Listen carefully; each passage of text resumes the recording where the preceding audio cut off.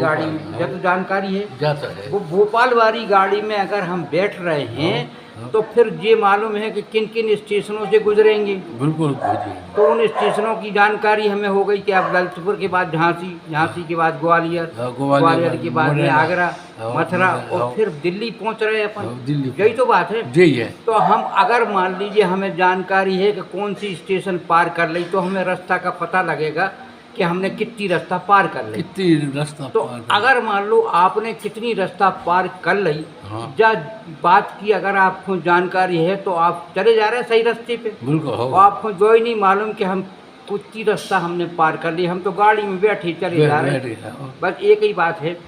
तो ये हमें जानकारी मिलना चाहिए कि हम इस समय ग्वालियर में हैं, ग्वालियर से हमें आगे बढ़ना है। यही तो बात है।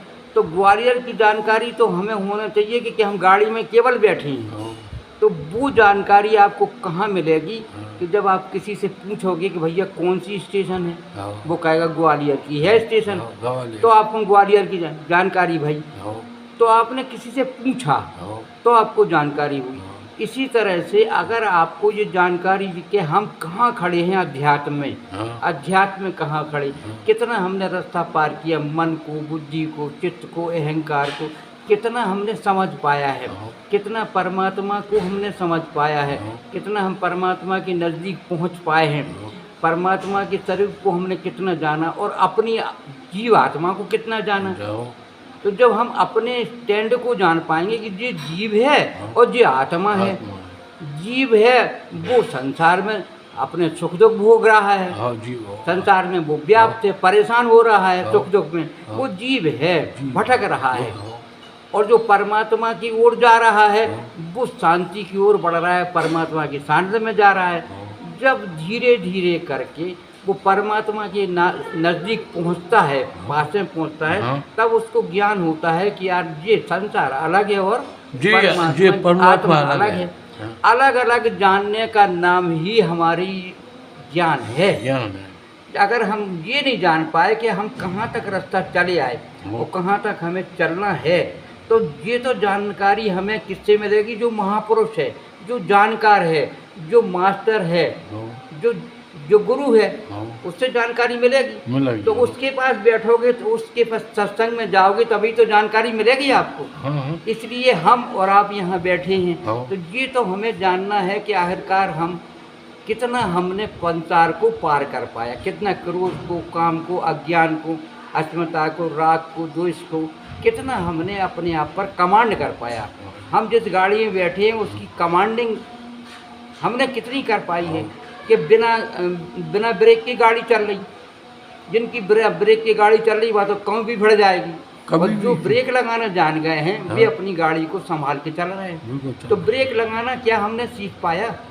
क्या हमने क्रोध पर, क्या हमने काम पर, क्या लोभ पर कितना हमने कमांडिंग कर पाई, कितना हमने उस पर अभ्यास कर पाया। तो वो अभ्यास जब तक हम अपने को जानने का प्रयास नहीं करेंगे तब तक कैसे? और जानने का प्रयास केवल गुरु के सानिध्य में हो सकता है। किताबें हम पढ़ लेंगे लेकिन समझ में नहीं आएगा, क्योंकि हमारे पास में कोई अनुभवी व्यक्ति नहीं है। अनुभव से लिखी गई है लेकिन अनुभवी व्यक्ति ही समझा सकता है। तो अनुभवी व्यक्ति के सानिध्य में जब आप बैठोगे तब आप जान पाओगे यार हमारे अंदर कितनी चढ़ाई हो पाई, अभी कितनी कमियां और बाकी हैं। उन कमियों का जब तक आप दर्शन नहीं करोगे तब तक विकास कहाँ से होगा? नहीं हो सकता, नहीं होगा ना।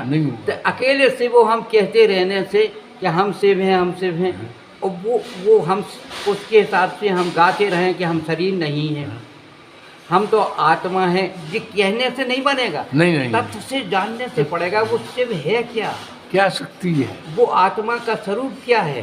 जब आत्मा के स्वरूप को जानेंगे तो हम जो है चित्त के स्वरूप को जानेंगे, जिससे लड़ाई हो रही आत्मा की और चित्त की जो लड़ाई है, जो असलियत को जानेंगे तब हम उस परमात्मा को जान पाएंगे। तो उसके जानने के लिए हमें अपने चित्त को जानना है। अपने चित्त का मतलब होता है कि अपने कर्तापन है चित्त में। हम आत्मा में नहीं, आत्मा तो निष्क्रिय है, वो नहीं करता है। कर्तापन कौन है?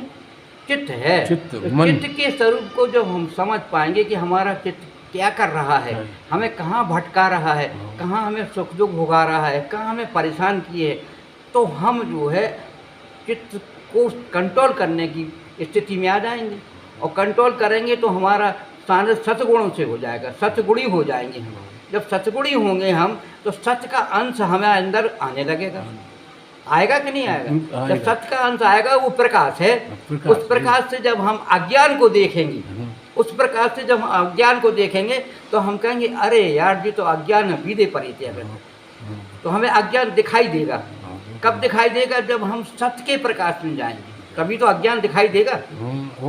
तो जब अज्ञान दिखाई देगा तो हमें पता लगेगा कि यार ये हमारा अज्ञान है, इससे हमें निर्वृत होना है, तो हम निर्वृत्ति करेंगे, उससे अभ्यास करेंगे छोड़ने का।